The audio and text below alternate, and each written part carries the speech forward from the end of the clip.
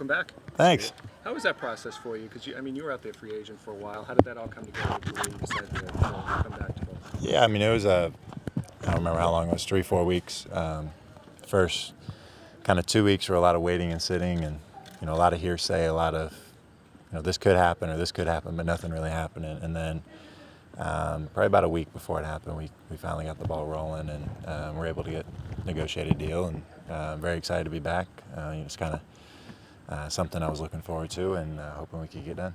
Were you kind of expecting it to be this kind of process, though, where it would take a little bit of time before, if anything happened, it would take a little while to get rolling?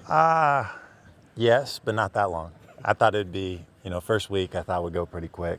And then kind of second week we kind of start to see some things happen. And after about 2 weeks, I'm sitting there, I'm like, nothing has happened. I'm like, what is going on? So it eventually did get kind of rolling, but at the same time it was a lot of, every day I'd call my agent and something different or something new going on. But they did a great job of being able to figure it out and being able to get it settled. Were you guys in touch with, was your agent in touch with a lot of teams during that process, during those 2 or 3 weeks? Were you close to anything else, or did you kind of want to wait to see how things played out here? It was both. We were obviously looking everywhere we could. We were talking to the Celtics, we were talking to other teams, and it was kind of one of those things we kind of saw who was interested, who was willing to offer, and then kind of took what we had on the table. Once they signed Horford, did you think that, hey, this might kind of hurt my chances of coming back here, or did you?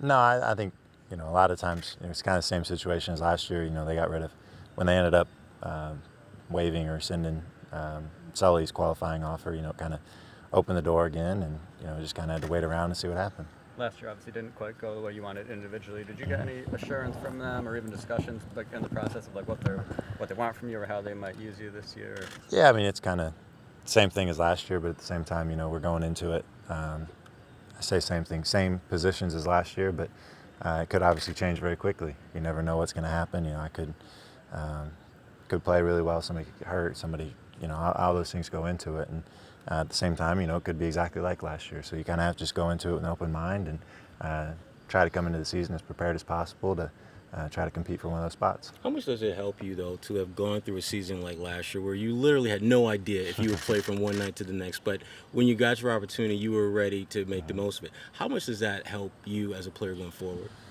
I hope it helps a lot. It was a frustrating year for me, but at the same time, it was a time where I could work on my game, and I had a lot of time. I didn't know if I was going to play or not, but I was able to work out a lot, be able to put in a lot of time in the gym. So hopefully I can continue to grow as a player and be even a better player this year. And now Al is a teammate, but you've matched up against him when he's with Atlanta. Talk a little bit about what he's like as a player, trying to defend him, trying to limit some of the things he tries to do out there.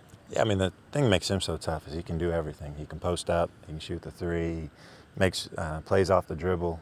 He's a very smart player, somebody who I think he's going to be great to be able to run our offense through at times and just be able to make the right play. He's not always trying to score. Sometimes he's trying to draw two and be able to throw it to somebody for a three. And so he does a great job with setting screens, plays, just everything he does. He's spectacular. Tyler, coming off the year this team had last year and now with some additions, is the anticipation a little bit different this time around? Yeah, definitely.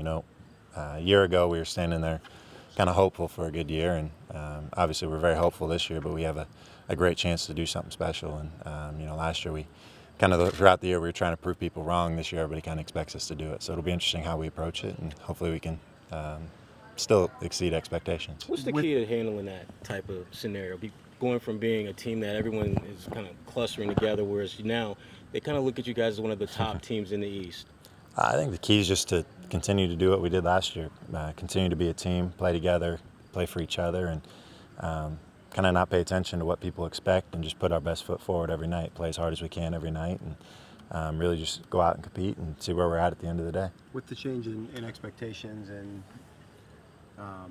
just excitement in the area, has the message from Brad really changed much this time around? Well, we haven't talked to him a lot about, he hadn't really sat down, preparing the season. Tuesday we'll sit down, maybe Monday or Tuesday we'll sit down and we'll kind of have that talk where we lay it out all for the year, and then we'll get rolling on Tuesday. You anticipate it to be a whole lot different? I don't. I think little changes here and there based on personnel, and how the team will fall together. But at the same time, we got to stick to what we did and just get a little better at it each and every year. Did you talk to Jared at all during the restricted free agency process, given the fact that you guys were in the same waiting game? A little bit, not a lot. It's kind of one of those things that we were both just kind of sitting there waiting, and it's two different situations. He kind of had a different situation going on than I did, so we didn't really hear a lot from each other. Looking at this kind of front court, you guys as a whole, it seems like they've kind of assembled a front court where guys are kind of interchangeable. A lot of guys can move really well, guys can move outside, inside, play the 4 and the 5. Do you kind of envision that in terms of a lot of interchangeable parts there up front? Yeah, I think that's what made us difficult to guard last year. We did a great job of, Jonas can play the 4 and we're a little bit smaller. You put Kelly at the 5, you can put all those guys at the 5 and be able to spread the floor, but at the same time, if you need a big, you can do that too. And so really just kind of depends on what the matchups call for and, what we can do to take advantage of the other team. Working on those threes? A little bit. We'll see. Great. Thanks.